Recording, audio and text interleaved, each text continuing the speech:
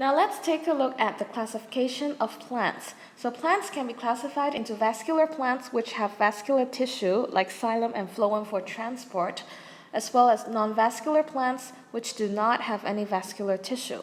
Non-vascular plants have no true roots, and the root function is performed by rhizoids, we call it gagan, and they have simple leaves, they have no flowers, and they produce spores for reproduction.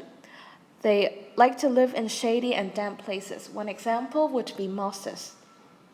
Vascular plants can be divided into three types. We've got ferns, conifers, as well as flowering plants. Next, let's take a look at the different vascular plants. For vascular tissues, all ferns, conifers, and flowering plants have them. For true roots, all ferns, conifers, as well as flowering plants have them. For flowers, only the flowering plants have flowers, obviously. For reproduction, ferns produce spores, conifers make naked seeds in cones, and flowering plants make seeds inside fruits. All of these three can grow in dry places because they have vascular tissue to transport water around the plant.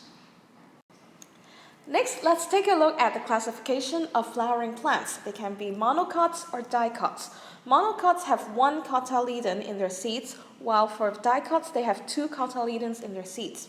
Monocots have leaf veins that are parallel, so their leaves would look something like this. For dicots, the leaf veins are in a net sort of arrangement.